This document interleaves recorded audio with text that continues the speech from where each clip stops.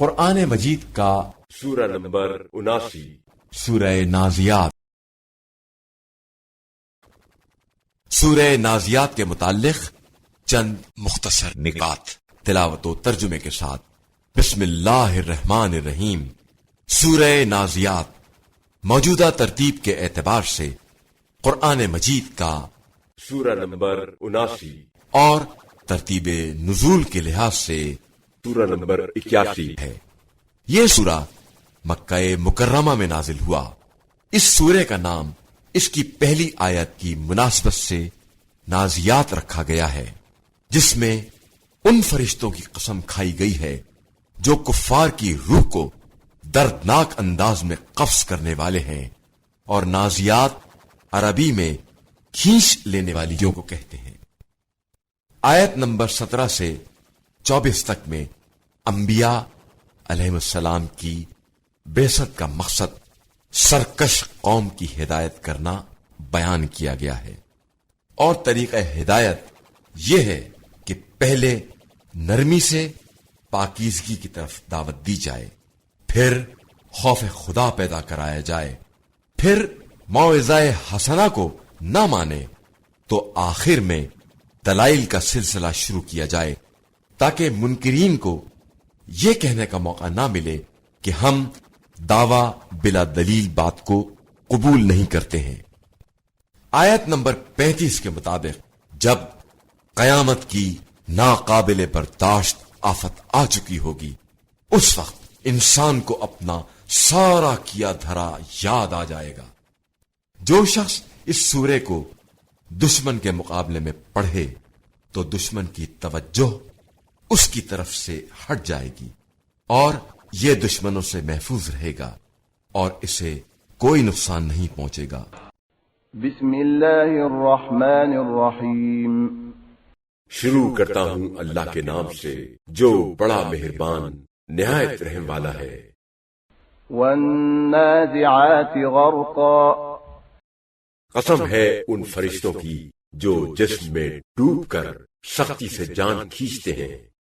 والناشطات نشطا، اور قسم ہے آہستگی اور آسانی سے جان نکالنے والوں کی۔ والسابحات سبحا، اور قسم ہے فضاؤں کے اندر تیرنے پھرنے والوں کی۔ فالسابقات سبقا، پھر قسم ہے تعمیل حکم میں ایک دوسرے پر سبقت لے جانے والوں کی۔ فالمدبرات امرا، پھر قسم ہے ہر امر کا بندوبست کرنے والوں کی کہ قیامت برحق ہے۔ یوم ترجف الراجفہ، جس دن تھر تھرانے والی زمین وغیرہ تھر تھرائے گی۔ تتبعها الرادفہ، اس کے پیچھے ایک اور آنے والی مصیبت آئے گی۔ قلوب یومئذ واجفہ، کچھ دل اس دن کانپ رہے ہوں گے۔ ابصارها خاشعہ، ان کی آنکھیں شدت خوف سے جھکی ہوئی ہوں گی۔ یقولون ائنا لمردودون فی الحافرہ، وہ کافر لوگ کہتے ہیں کیا ہم پہلی حالت میں الٹے پاؤں واپس لائے جائیں گے؟ اَإِذَا كُنَّا عِظَامًا نَخِرَةً، کیا جب ہم بوسیدہ ہڈیاں ہو جائیں گے؟ قَالُوا تِلْكَ إِذًا كَرَّةٌ خَاسِرَةٌ، کہتے ہیں یہ واپسی تو بڑے گھاٹے کی ہوگی۔ فَإِنَّمَا هِيَ زَجْرَةٌ وَاحِدَةٌ، حالانکہ اس واپسی کے لیے ایک زور کی ڈانٹ پڑے گی۔ فَإِذَا هُمْ بِالسَّاهِرَةِ، پھر وہ کھلے ہوئے میدان قیامت میں موجود ہوں گے۔ هَلْ أَتَاكَ حَدِيثُ مُوسَىٰ، اے رسول صلی اللہ علیہ وآلہ وسلم، کیا آپ صلی اللہ علیہ وآلہ وسلم کو موسیٰ کے قصے کی خبر پہنچی ہے؟ إِذْ نَادَاهُ رَبُّهُ بِالْوَادِ الْمُقَدَّسِ طُوًى، جب ان کے پروردگار نے طویٰ کی مقدس وادی میں انہیں پکارا تھا۔ اذهب إلى فرعون إنه طغى، کہ جاؤ فرعون کے پاس کہ وہ سرکش ہو گیا ہے، فقل هل لك إلى أن تزكى بس اس سے کہو کہ کیا تو چاہتا ہے کہ پاکیزگی اختیار کرے، وأهديك إلى ربك فتخشى اور کیا تو چاہتا ہے کہ میں تیرے پروردگار کی طرف تیری رہنمائی کروں تو اس سے ڈرے۔ فأراه الآية الكبرى پس موسیٰ نے وہاں جا کر اسے ایک بہت بڑی نشانی دکھائی، فكذب وعصى تو اس نے جھٹلایا اور نافرمانی کی، ثم أدبر يسعى پھر وہ پلٹا اور مخالفانہ سرگرمیوں میں کوشاں ہو گیا، فحشر فنادى یعنی لوگوں کو جمع کیا اور پکار کر کہا، فقال أنا ربكم الأعلى کہ میں تمہارا سب سے بڑا پروردگار ہوں۔ فأخذه الله نكال الآخرة والأولى پس اللہ نے اسے آخرت اور دنیا کے دوہرے عذاب میں پکڑا۔ إن في ذلك لعبرة لمن يخشى بے شک اس قصے میں بڑی عبرت ہے ہر اس شخص کے لیے جو خدا سے ڈرے۔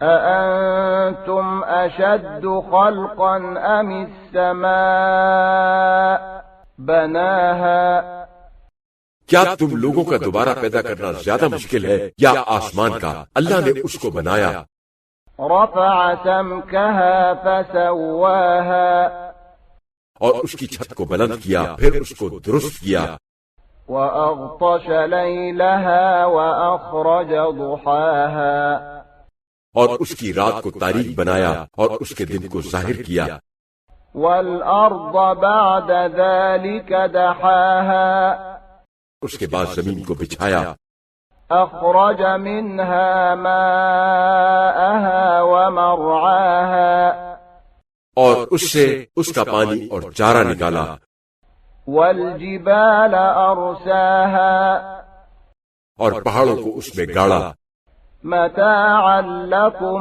ولأنعامكم تمہارے اور تمہارے مویشیوں کے لیے سامان زندگی کے طور پر۔ فإذا جاءت الطامة